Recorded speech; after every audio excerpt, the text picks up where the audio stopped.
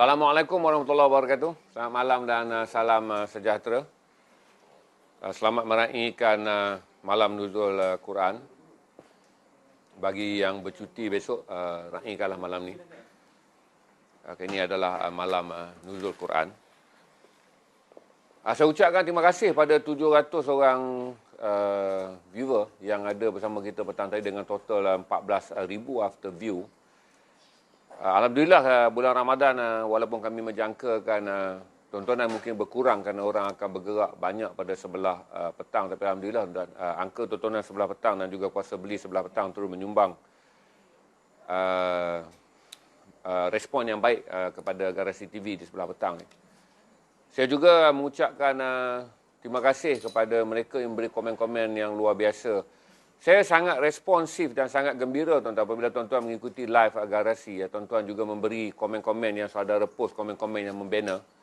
Walaupun saya tak dapat mengelakkan komen-komen sumbang dan tak berdaya fikir yang kadang-kadang dipostkan. Saya tak boleh kata apa tuan-tuan sebab ada masa kita kena terima akan ada orang yang sentiasa sinikal dan sentiasa melihat semua perkara yang diperbualkan sebagai perkara sinis. Saya ucap terima kasih banyak juga kepada mereka yang terus saja membantu Garasi TV dengan membuat share. Garasi telah melintasi 87,000. Dia antara minggu yang bagus tuan-tuan kerana di tengah-tengah kelembapan share yang kami alami sekitar di mana angka rakan baru Garasi hanya berkembang sekitar 3 ke 400 seminggu je. Tapi sekarang dia mencapai lebih kurang 700 ke 800 seminggu. Walaupun tak bersiaran 5 hari, tapi posting-posting Garasi juga banyak share. Saya banyak-banyak berterima kasih pada mereka yang kekal menjadi sharer, sentiasa committed untuk share. Dan terima kasih juga kepada penonton-penonton yang baru saja masuk dan menjadi keluarga besar Garasi TV. Kerana anda sentiasa memberi sokongan sama ada dari segi membantu share, dari segi membangunkan komen-komen yang menjadikan setiap kali saya stream, posting-posting yang saudara naikkan membantu meningkatkan nilai tambah stream ni. Kerana ramai yang saya lihat memang punya pengetahuan yang luas, terutama dalam kempen Me Too tadi, ramai yang tahu kes-kes yang saya sebutkan, apa yang berlaku di Hollywood. Saya lupa nama penerbitnya, tapi saudara naikkan nama penerbitnya. Semalam saya tak dapat menyebut dengan baik kenderaan selamat laut. Ada yang bagi tahu dengan pantah. Jadi saya tahu pengetahuan tuan-tuan, ramai yang menjadi penonton Garasi memiliki pengetahuan yang luar biasa terhadap isu semasa. Saudara juga adalah orang-orang yang pakar dalam bidang-bidang tertentu apabila saya membuat kupasan. Terima kasih banyak kerana saudara pula sentiasa membantu dengan memberi posting-posting tambahan, perkongsian-perkongsian tambahan untuk meningkatkan lagi nilai stream ni sebagai nilai perkongsian ilmu. Yang sekurang-kurangnya apabila Garasi mempunyai aspirasi bahawa kami ingin menjadi saluran perniagaan yang juga berkembang sebagai saluran perkongsian streaming yang bersifat perkongsian idea, pandangan dan pendapat.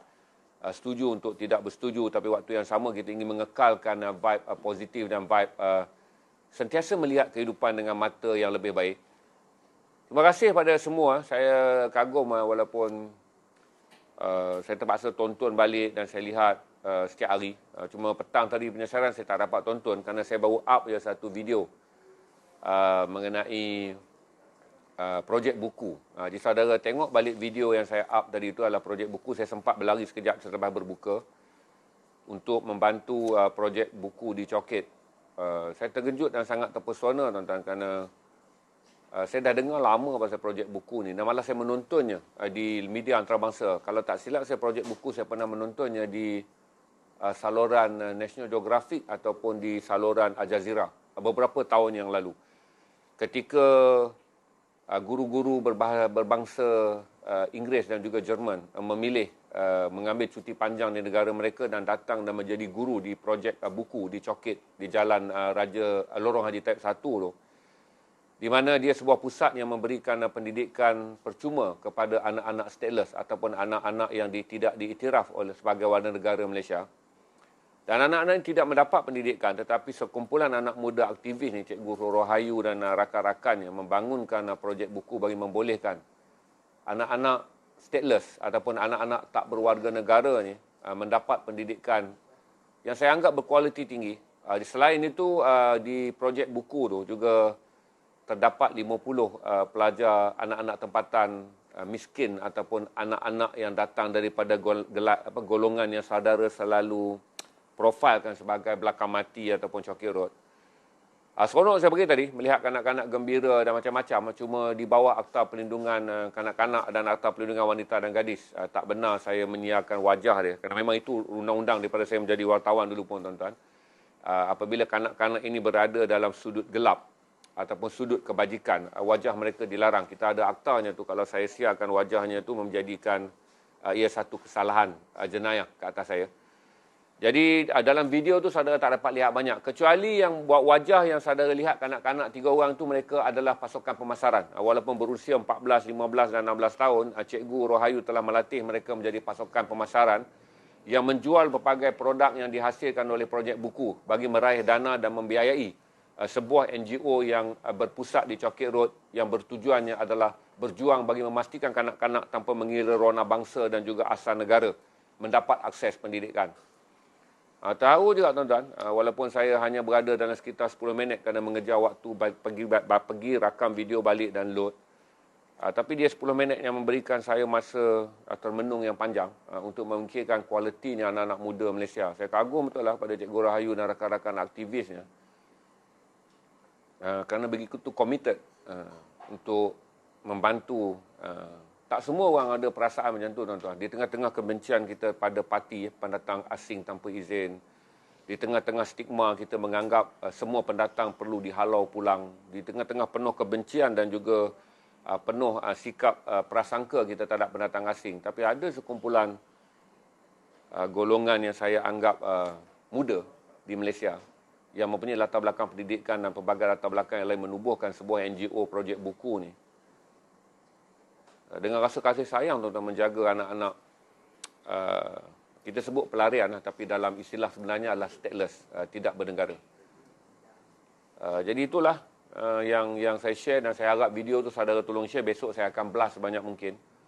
Yang paling penting adalah tuan-tuan tengok video tu dan sokong belilah kuih raya yang dijual dengan harga yang murah tu RM60 dan RM65, kerana kuih yang dibeli tu duitnya akan digunakan untuk menghidupkan aktiviti projek buku.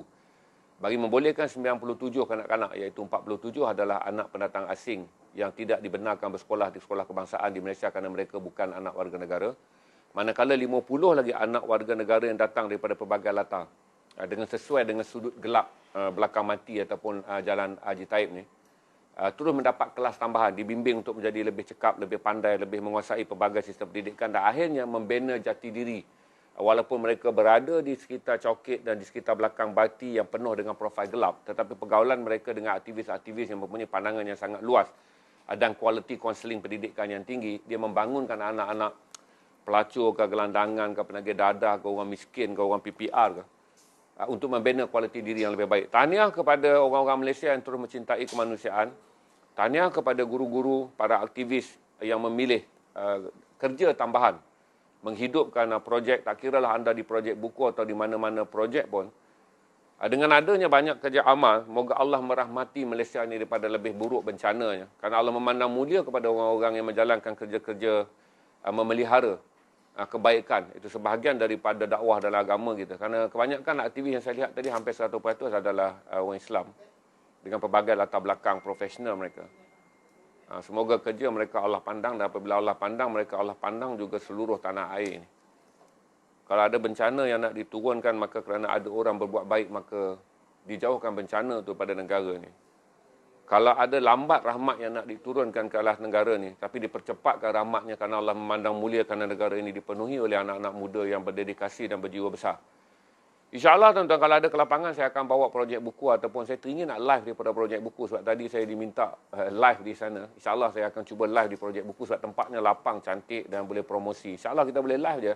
Sekali saya pun memang dah rasa nak live di luar dan tempatnya cantik untuk live. Kawan-kawan kita boleh melihat satu lagi arena kehidupan yang mana anak-anak muda berusia 20-an, awal 30-an menggembling tenaga. Di atas satu sifat yang mungkin belum ada pada kita, iaitu sifat memastikan setiap kanak-kanak, tak kira dia anak siapa, dia bangsa apa, dia datang daripada negara mana, asal nama dia kanak-kanak, maka dia perlu diberi hak untuk mendapat pendidikan. Itu yang saya share pada saudara, dan saya nak beritahu pada saudara tentang Ain Husniza. Saya pun tak pasti, tapi saya bersolidariti dengan Ain. Ain, anda mendapat sokongan penuh Garasi TV di atas perjuangan anda untuk menyedarkan orang ramai mengenai bahaya ataupun apa yang saya sebut sebagai stigma kita meluaskan ungkapan-ungkapan yang tidak sesuai lagi diungkapkan kepada remaja hari ini.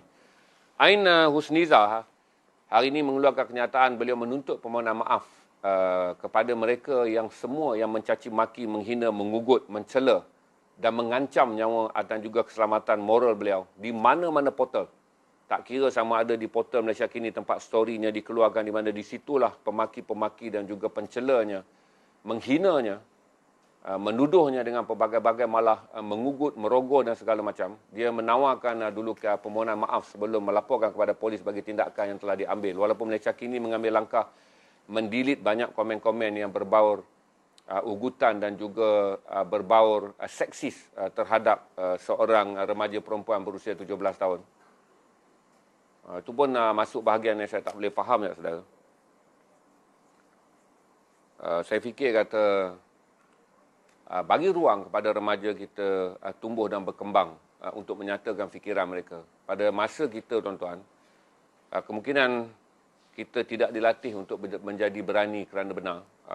Kita tidak dilatih untuk berani memperkatakan yang benar, apatah lagi berani berjuang kerana kebenaran. Jadi oleh kerana Ain Husniza telah mendedahkan mengenai apa yang beliau anggap tidak selesa dalam kelas pendidikan jasmani, di mana kes sedang disiasat polis. Tapi oleh kerana beliau mengemukakan aduannya secara terbuka kepada media dan menyiarkannya dalam media sosial, dia telah menjadi bahan hatred ataupun bash, kecam yang sangat luar biasa. Dan saya fikir kata, bagaimana negara ini dan bangsa ini akan melahirkan remaja yang berani. Dan akhirnya, kalau akhirnya kitalah orang yang kemudiannya membunuh semangat anak-anak remaja kita untuk menjadi orang yang mahukan perubahan. Tuan-tuan, saya sendiri adalah seorang yang dibesarkan dengan bahasa-bahasa yang agak keras dan kasar. Tapi dalam waktu yang sama saya menyokong kalau sekiranya ada seorang remaja boleh mendidik saya untuk memiliki segala vocabulary yang baik, segala vocabulary yang sweet dan manis untuk dituturkan pada generasi hari ini. Dia tak menjadi masalah untuk seorang tua seperti saya kembali belajar dan berguru pada seorang remaja. Kalau padanya ada ilmu yang sangat berharga, di mana adalah ilmu di mana lidah yang kamu keluarkan kata-kata itu adalah kata-kata yang menyenangkan dan memberi manfaat kepada orang lain. Jadi saya tak fikir adalah wajar orang seperti Ain Husniza dimaki, dicela, diancam rogol, diberi macam-macam status lah kerana dia tak bertudung, kerana memakai baju yang nampak lengan ketika live. Jadi saudara pemaki-pemaki dan juga pembenci mengatakan memang dia patut dirogol dan segala macam. Saya kata, tuan-tuan, cukuplah bangsa ini hidup dengan membunuh banyak semangat remaja ketika remaja ingin berkembang. Cukuplah negara ini menjadi negara orang tua, yang orang tua sentiasa mengatakan mereka betul. Kerana negara ini sekarang sedang dimusnahkan oleh orang-orang tua. Orang-orang yang merosakkan negara ini adalah orang-orang yang tua, tuan-tuan. Orang tua dalam politik, orang yang tua dalam segala bentuk kepimpinan, tuan-tuan. Dan bagilah ruang sekejap di tengah-tengah kegagalan kita sebagai orang tua mengendalikan negara ini dengan baik.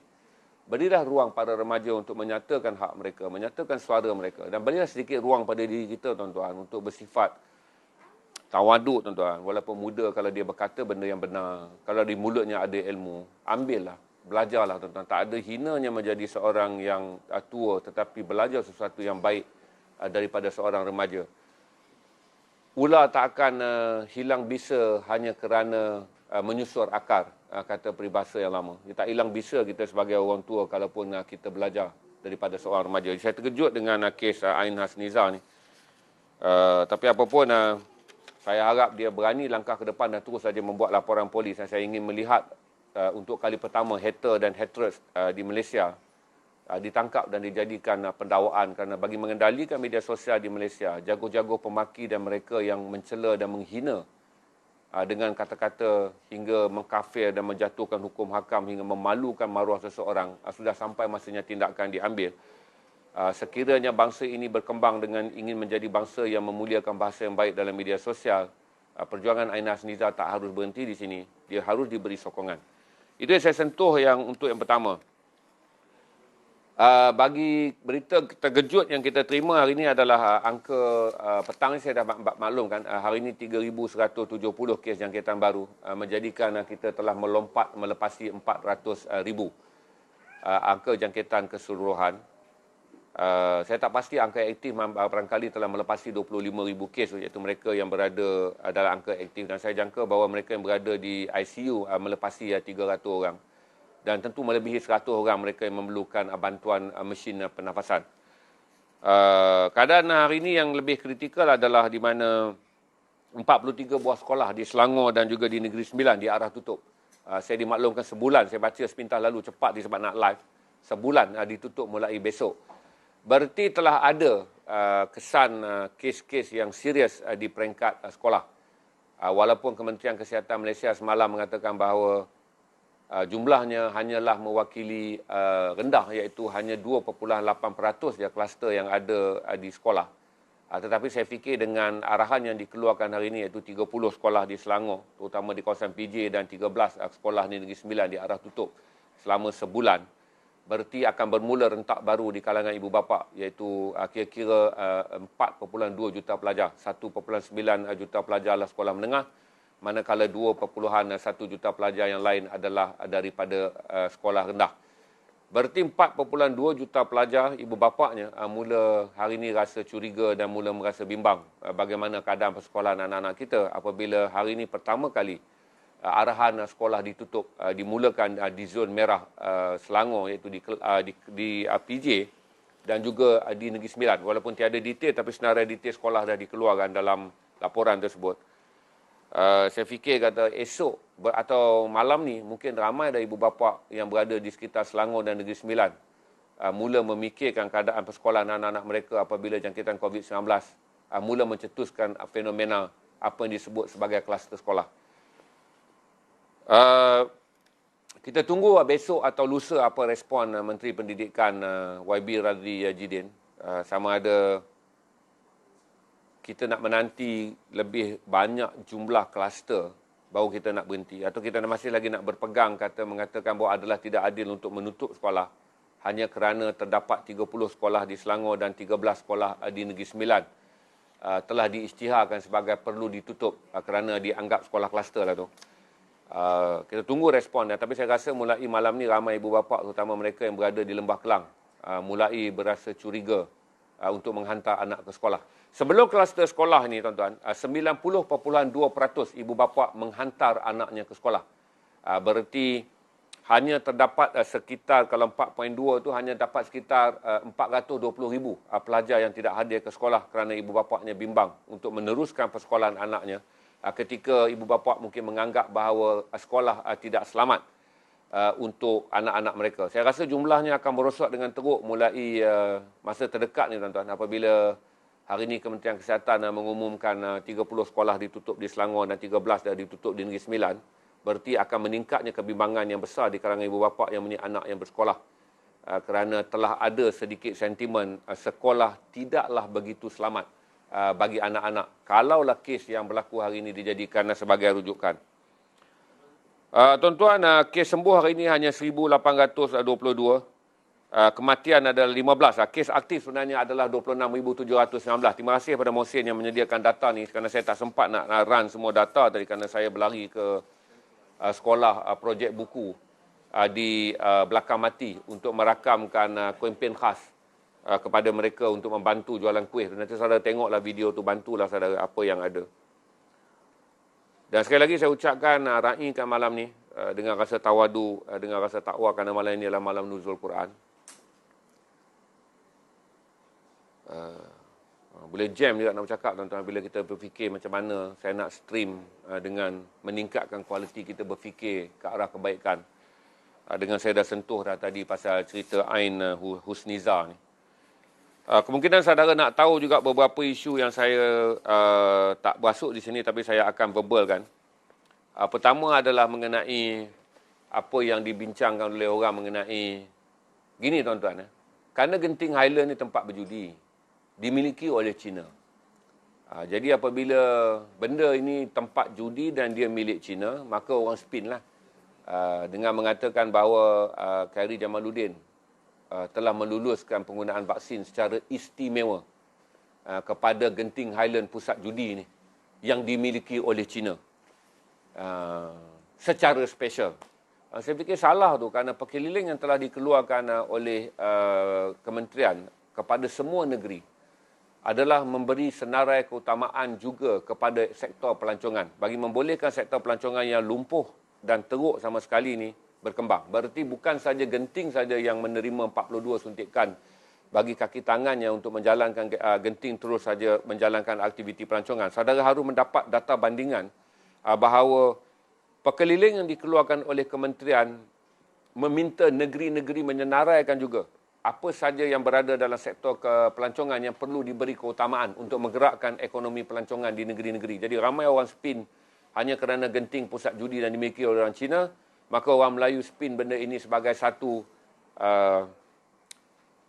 carry. Asallah kau bagi dekat Cina judi dekat Genting tu pula. Mereka membandingkan pula bahawa guru-guru dan murid-murid tidak menerimanya.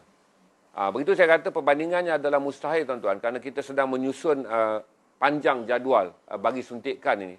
Dan selalu suka juga saya katakan, mereka yang disenaraikan untuk disuntik iaitu 9.3 juta orang, dari 9.3 juta orang daripada kumpulan comorbidity ataupun mereka punya penyakit kritikal dan warga emas, kekal yang mendaftar hanyalah 38%. Satu. Jadi kita marah dulu kumpulan yang 9.4 juta kerana tidak mendaftar. Okey, tak apalah, tak payah marah kerana mereka adalah kumpulan-kumpulan yang mungkin memerlukan masa untuk mendaftar ataupun kumpulan-kumpulan yang yakin mereka tidak akan menjadi mangsa COVID-19.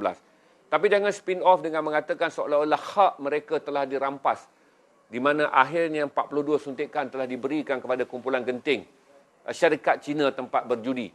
Kerana kita harus juga menerima hakikat bahawa kota untuk 9.2 juta orang kumpulan comorbidity adalah kota utama dalam fasa kedua, tetapi hanya 3 juta lebih orang saja mendaftar, iaitu sekitar 38%. Itu saya nak betulkan fakta bahawa tak kiralah apa pun, tapi fakta tetap fakta.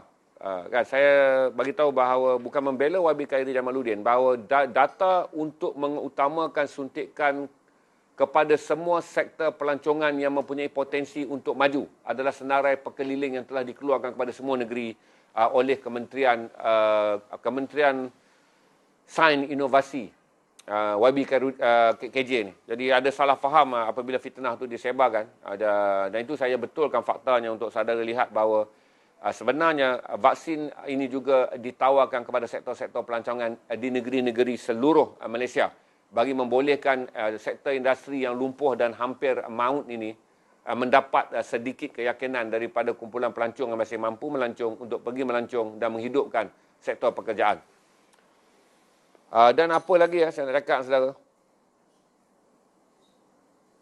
Itu je lah kot. Kita ada berapa ratus malam ni?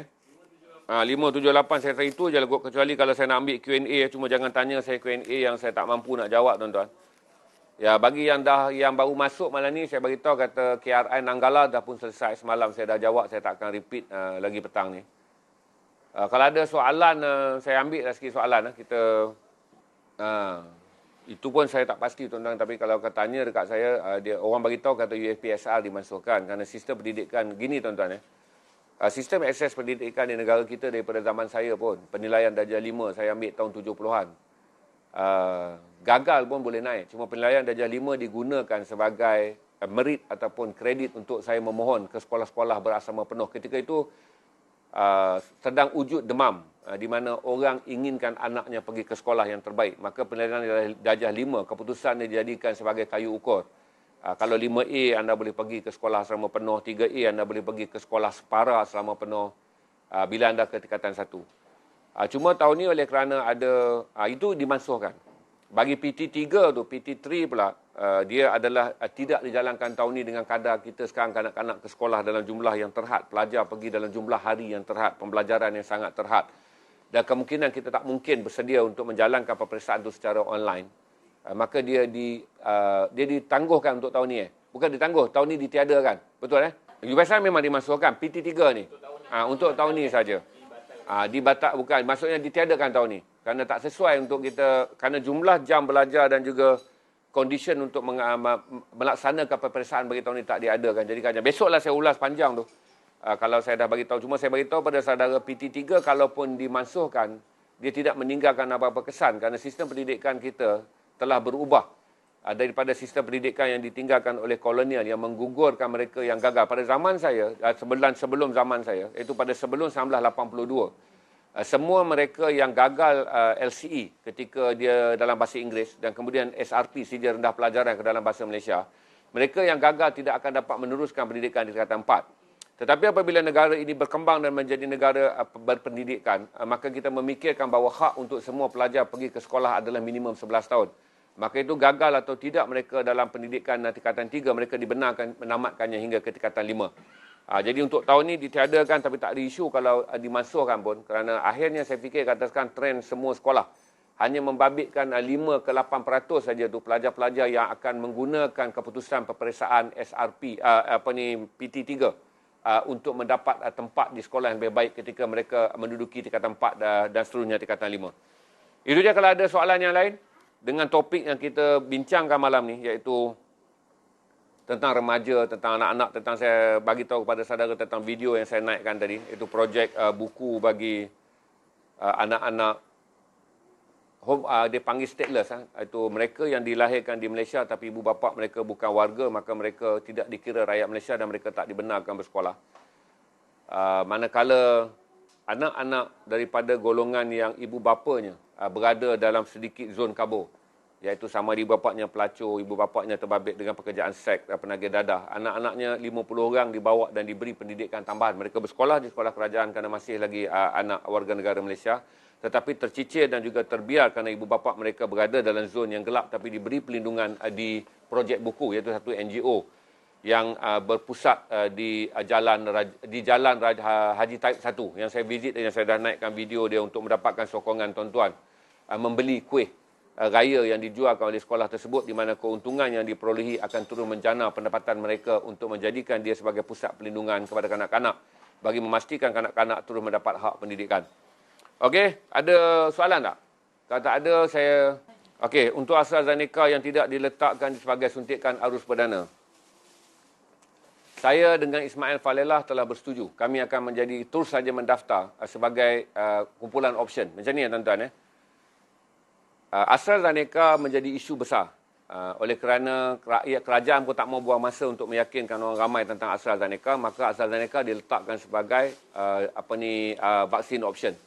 Ismail Falelah, salah seorang daripada follower kita tu, hantar ke WhatsApp kepada saya bertanya. Saya kata macam ni, Mael, kalaulah option tu ditawarkan kita daftar. Sebab saya mempunyai keyakinan yang tinggi. Saya menganggap ini adalah lebih baik daripada Sinovac atau Sinopharm kerana dia mempunyai kadar kepulihan yang tinggi, itu 76%. Vaksin AstraZeneca telah disuntik sebanyak 28 juta suntikan di seluruh dunia. Dengan 6 kumpulan doktor dalam daripada unit yang berbeza menjalankan siasatan ke atas apa yang dipanggil sebagai berbuli darah beku. Hanya 168 kes ataupun 0.003% kes yang ditemukan, iaitu 168 kes daripada 28 juta lebih suntikan. Oleh kerana di Malaysia, kalau kita nak yakinkan orang bahawa AstraZeneca adalah selamat, maka susah. Sebab haters akan terus mengatakan perkataan kita ini adalah monyet eksperimen, tikus eksperimen. Tapi dia memberi ruang kepada orang macam saya. Kalau saya kata tadi, saya beritahu pada Ismail Falelah, kita dah daftar, kita berjatuh dalam fasa 3. Berarti fasa 3 kami akan dapat suntikan yang lebih perlahan kerana ubat yang dikeluarkan sangat-sangat terhad. Pfizer sangat perlahan dan Sinopharm juga akan masuk. Berarti ada option di mana stok AstraZeneca akan menjadi stok terlambat. Berarti saya kata kepada Mael, keputusannya adalah kita daftar. Kalau selepas ni kerajaan akan memula menawarkan option, saya akan menyertai option AstraZeneca. Kalau itu yang membolehkan saya mendapat suntikan yang lebih cepat. Kerana keyakinan saya yang tinggi pada vaksin ini adalah kerana vaksin ini hanya secara puratanya selamat 99.997%. Hanya gagal 0.003%. Jadi secara saintifiknya, jangan guna sentimen tuan-tuan. Kalau saudara pergi, inilah tikus makmal, inilah monyet makmal. Kadang-kadang saya tengok status di Facebook tu tuan-tuan, orang tu bukan perlu disuntik oleh AstraZeneca tuan-tuan. Dia perlu dirujuk racun maut terus tu. Kerana dengan kehidupannya yang menyusahkan orang, dengan akalnya yang sejengkal, mengeluarkan kenyataan yang dangkal dan akhirnya menggambarkan semua orang dalam keadaan yang sangat mangkar. Saya beritahu dengan saya bahawa kami kalau esok lusa ataupun kita tunggu sehari 2 lagi, kemungkinan option akan dibuka kepada sesiapa sahaja yang telah mendaftar dalam MySejahtera untuk menambah dan memuat upgrade dia punya pendaftaran mengatakan kami dalam option AstraZeneca. Saya akan menyertai option tu. Sebab ramai yang bertanya saya dah daftar atau tidak. Dah tentulah saya daftar. Kadang-kadang yang sinis tu akan tanya ni bercakap banyak ni kau daftar ke tidak. Saya daftar dah lama dah tuan-tuan. Cuma saya jatuh kumpulan 3. Berarti fasa suntikan akan bermula pada Mei bagi generasi saya ni. Iaitu mereka yang berusia 18 tahun ke atas tetapi tidak mempunyai sebarang penyakit. Saya tak jatuh dalam 1 dan 2. Tetapi sekiranya AstraZeneca dibuka oleh option, kita akan masuk dan buat sekali lagi bahawa setelah mendaftar, saya akan memilih okey untuk AstraZeneca. Dan ini mungkin memberikan saya ruang yang lebih cepat untuk mendapat suntikan kerana AstraZeneca kini adalah option di mana sesiapa yang nak, dia akan dapat. Kalau tanya dengan saya tuan-tuan, saya menganggap dari segi peratusan penyembuhannya itu yang saya nak. Kerana peratusan penyembuhannya dia mencapai kadar 95% bagi mereka yang berusia di bawah 55 tahun. Di bawah usia 60 tahun. Dan dia mencapai kadar pulihan 52% bagi mereka yang berada dalam usia yang lebih muda. Jadi saya akan pilih AstraZeneca kerana dia relevan. Kerana kalau kedudukan dia kalau dibandingkan dengan Sinovac dan Sinopharm, dia berada dalam keadaan yang lebih berprestij sebagai vaksin yang terbaik yang dikeluarkan oleh AstraZeneca dengan kerjasama University of Oxford. Itu yang saya jawab kepada saudara. Berarti saya rasa kumpulan-kumpulan negatif akan terus saja membuat condemn. Tapi apabila 280,000 vaksin yang dah masuk sekarang, stok telah menanti sekarang, kalaulah besok Kementerian YB Khairy Jamaluddin mengumumkan stok ini terbuka kepada mereka yang telah mendaftar, saya rasa sekejap dia tu orang akan daftar dan akan ambil stok tu sebagai queue stok. Kerana saya sendiri berada dalam keadaan, kalau ini cara dia saya setuju je sebab option menawarkan vaksin yang lebih baik daripada Sinovac dan juga Sinopharm, why not go to AstraZeneca. Dan saya tak perlu takut hanya kerana beberapa kes yang akhirnya Kesatuan Perubatan Eropah, walau gini ya tuan-tuan, AstraZeneca menerima reputasi yang buruk 2 kali. Pertama, ketika dia membuat ujian, dia berkesan kepada mereka yang berusia di bawah 60 tahun. Iaitu kod mereka adalah 92%. Manakala dia rendah bagi golongan yang berusia atas 60 tahun. 52% saja. Secara purata dia mencapai 76% kadar kepulihan dia. Tapi tuan-tuan, saya nak bagi tahu pada saudara, vaksin yang saudara reject ni, bukan saudara maksudnya, vaksin yang orang reject di Malaysia ni, tak nak suntik. Saudara baca balik berita hari ini, Kesatuan Eropah sedang dalam proses saman AstraZeneca kerana lambat mengeluarkan stok vaksin. Begini tuan-tuan, AstraZeneca direbut di Eropah sekarang kerana AstraZeneca enggan berpegang kepada arahan Kesatuan Eropah di mana vaksin yang dikeluarkan oleh kilangnya di Eropah hendaklah diutamakan kepada orang Eropah. Tapi AstraZeneca masih berpegang pada perjanjian booking di mana negara-negara yang telah membuat tempahannya lebih awal harus mendapat tempahannya. Jadi AstraZeneca ni melewatkan bekalannya di Eropah kerana dia juga ingin memenuhi bekalan yang telah pun dipersetujui pada negara-negara pengimportnya termasuk Malaysia. Jadi kalau orang Malaysia tak nak pun tuan-tuan, ini adalah vaksin yang sampai di Eropah. Mahkamah Kesatuan Eropah pergi ke mahkamah. Kesatuan Eropah pergi ke mahkamah untuk menuntut vaksin ini supaya disegerakan di Eropah. Jadi saya rasa dia tak jadi kudis untuk AstraZeneca kerana pasaran vaksin ini mempunyai demand yang sangat tinggi. Termasuk di negara maju iaitu Kesatuan Eropah. Jadi bagi mereka yang menolak AstraZeneca hanya kerana mereka bimbang menjadi tikus eksperimen terpulanglah apa sajalah yang tuan-tuan nak guna. Saya fikir kata dia akan menjadi option yang out of stock. Maksudnya sold out lah. Besok kalau saja YB Khairy mengatakan 280,000 yang dah ada yang sekarang ready untuk menerima suntikan, saya berani jamin demandnya akan mencapai sekali ganda. Berarti hampir 500,000 lebih orang akan mendaftar untuk ambil queue stock ni. Kerana siapa saja yang mempunyai fikiran yang waras akan mengatakan bahawa ini adalah vaksin on demanding. Demandnya sangat tinggi. Jadi untuk kita yang tak nak, tak galak tuan-tuan, sebab vaksin ini direbut di Eropah dan vaksin ini direbut juga di India.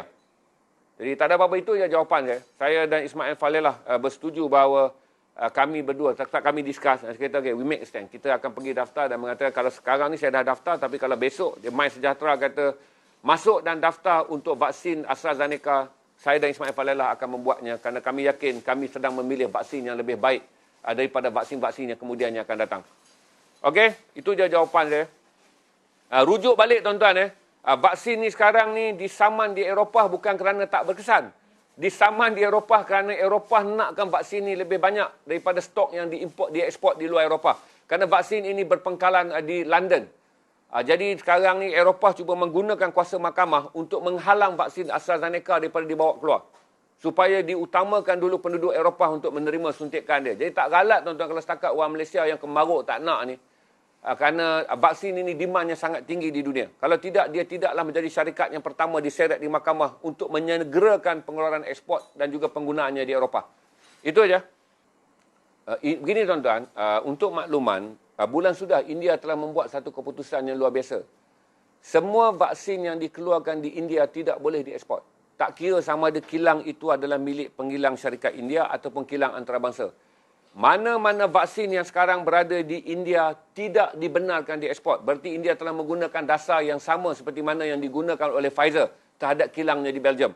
Di mana Pfizer di Belgium kilangnya hanyalah untuk pengguna Eropah. Kita bernasib baik tuan-tuan kerana kita mendapat bekalan daripada AstraZeneca daripada kilangnya di Korea Selatan. Dan yang kedua adalah kita mendapat daripada Sinovac berdasarkan daripada kilangnya di Thailand. Itu bernasib baik. Berarti dua struktur ni masih di mana Thailand saya tak pasti, tapi saya harap Thailand tak menggunakan juga apabila Thailand sekarang menerima kadar jangkitan yang sangat luar biasa. Thailand adalah negara yang sedang mengalami pelambungan wabak yang sangat tinggi.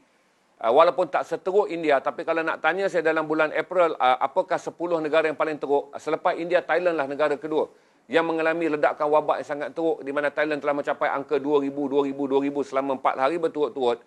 Selepas Thailand melalui 16 bulan dengan jangkitan 2 angka sehari. Hari ini Thailand dalam tempoh 1 bulan terakhir ini telah menerima angka jangkitan 1,000 lebih ke atas. Jadi saya takut Thailand juga kemudian yang mengatakan membuat dasar yang sama. Di mana segala bentuk vaksin yang dikeluarkan di negaranya tak boleh diekspor. Kalau Thailand menjadi kritis, dia akan menahan. Berarti kalau dia tahan Sinovac dan juga Sinopharm yang dikeluarkan di Thailand, kemungkinan tak dibawa masuk di Malaysia. Itu saja yang kita bimbangkan sekarang. Supaya Thailand tidak juga menggunakan dasar yang sama digunakan oleh Kesatuan Eropah dan dasar yang sama digunakan oleh India. Itu yang saya boleh update saudara. Tuan-tuan, di Malaysia je lagi masih ramai orang menganggap kata pandemik ni, orang duk anggap kata COVID-19 ni adalah satu babak daripada hantu Kak Limah dan juga apa kampung pisang? Zombie kampung pisang. Ramai tu kawan-kawan saya pun. Ni zombie kampung pisang ni. Ini hantu Kak Limah ni tengah duk syuting ni. Yang scene-scene orang sakit apa semua tu Mamat Khalid tengah buat tu. Mamat Khalid dapat duit daripada George Soros dan dapat Mamat Khalid menjadi ejen untuk menakut-nakutkan buat filem dia. Di India yang tengah-tengah disurung tu tuan-tuan. Itu filem je tu, Hollywood punya filem. Tak apa. Yang mana masih lagi duk percaya ini adalah pandemik. Pergilah kamu dengan jalan kamu dan tinggalkanlah kami dengan jalan kami. Tapi saya boleh beritahu kepada saudara bahawa demand vaksin di seluruh dunia telah meningkat. Walaupun di Malaysia ni masih lagi banyak kumpulan pemimpi pandemik dan anti vaksin. Dia menguntungkan negara luar. Kerana demand bagi negara-negara yang telah mula menerima bahawa ini adalah realiti. Berarti mereka sedang menuntut vaksin yang begitu besar. Kalau saudara tengok di India, saya rasa besar kemungkinan tu bahawa saya fikir kata kalau India tak dapat dikawal, dia akan menjadi bumi yang paling tragedik dia di dunia. Kerana India telah mencipta lebih kurang jangkitan sehari sekarang hampir 200 ke 300 ribu. Berarti India akan mempunyai 5 ke 6 juta kes sebulan. Sekarang India telah mencapai hampir 18 juta tu. Negara yang kedua paling parah di belakang Amerika yang telah pun 34 juta. Itu jawapan saya. Okey, ada lagi soalan tak? Okey, Myanmar. Saya ni jangan anggap politik tapi pada Tan Sri Mahyudin Yassin ni dia ni apalah PM kita. Dia boleh balik buat confident. Malaysia telah memberi 5 cadangan kepada kerajaan Myanmar dan kerajaan Myanmar akur. Kerajaan Myanmar bersetuju untuk ni. Come on lah Mahyudin.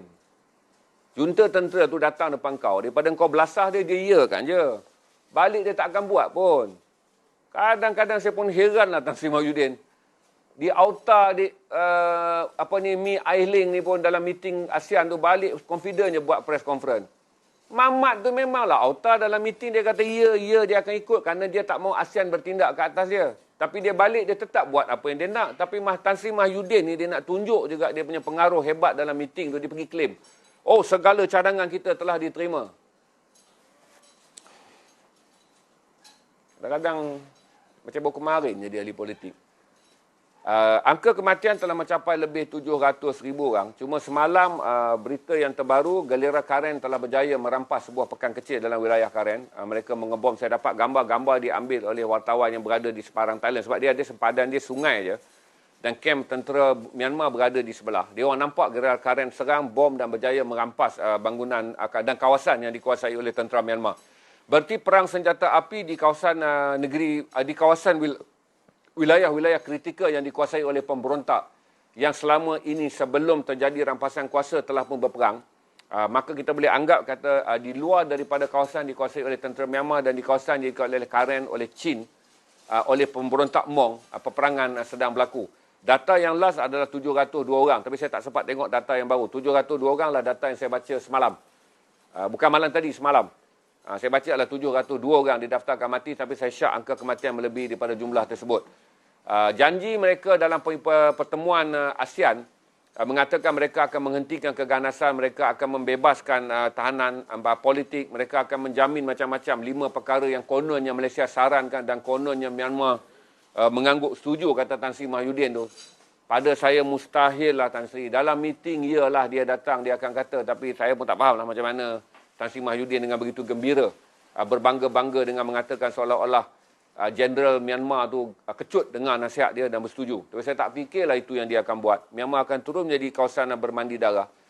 Itu yang saya boleh update kepada anda Myanmar, di mana kumpulan-kumpulan yang mempunyai tentera perjuang daripada tahun 1962. 1974. Pasukan pejuang-pejuang pemisah yang ada 1974, dia ada 5. Saya tak boleh nak hafal semua. Yang saya ingat adalah paling besar adalah Karen, kedua adalah Chin, Karen, Chin, yang ketiga adalah golongan Hmong, yang keempat adalah Tong, yang kelima tu saya tak tahu.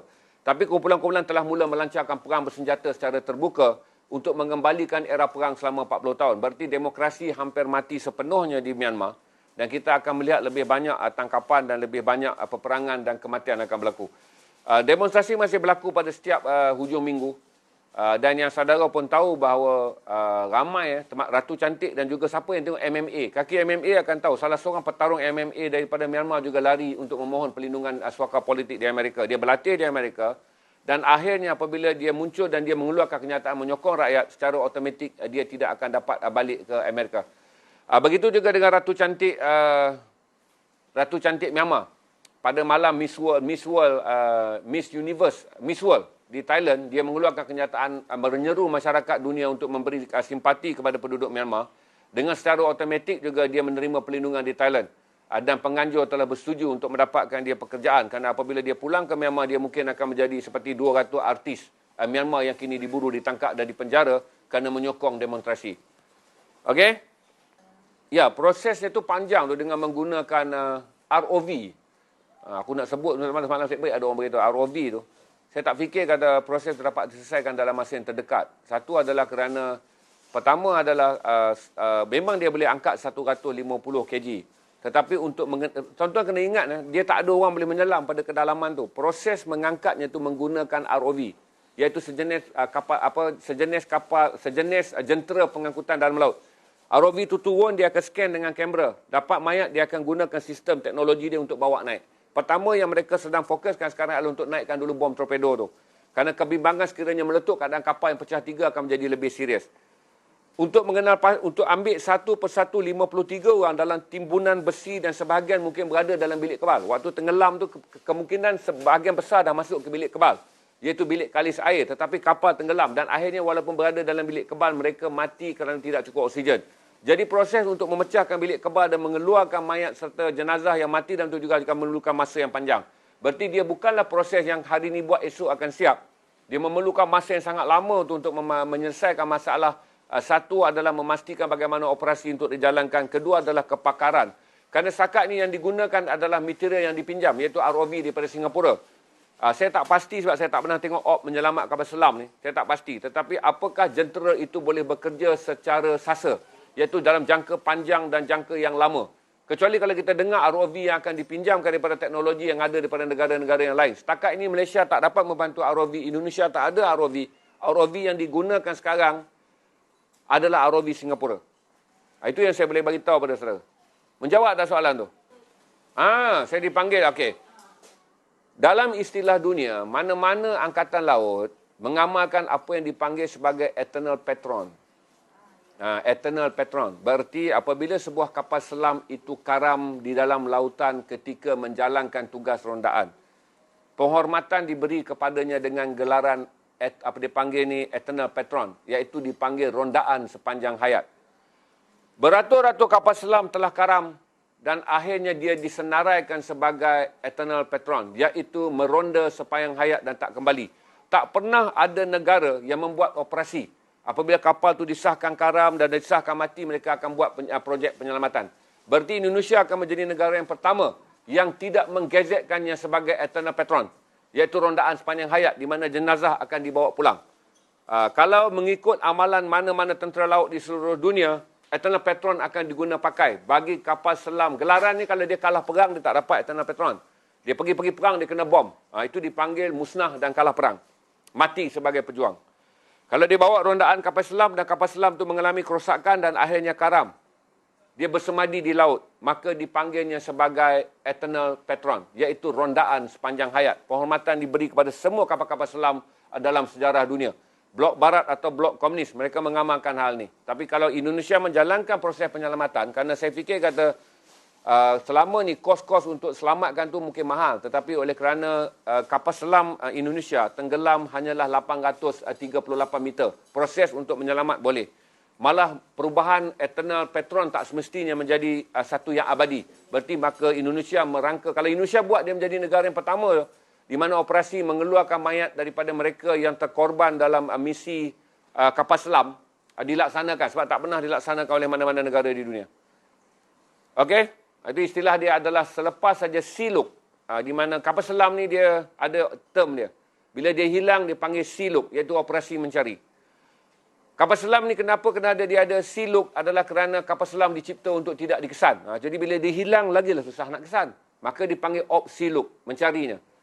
Apabila mereka mencarinya dan tak dapat mengesannya, atau mengesannya kemudiannya dia dikaram, dipanggil sisang, iaitu karam di lautan. Dan selepas sisang, dia akan digazet sebagai eternal patron. Berarti kapal tersebut adalah kapal peronda sepanjang hayat. Itu je yang saya boleh bagi tahu sikit pengetahuan saya yang saya baca daripada artikel-artikel berkaitan dengan kapal selam dan juga amalan tentera-tentera laut di seluruh dunia. Memberi penghormatan kepada kapal-kapal selam yang karam ketika bertugas. Itu je.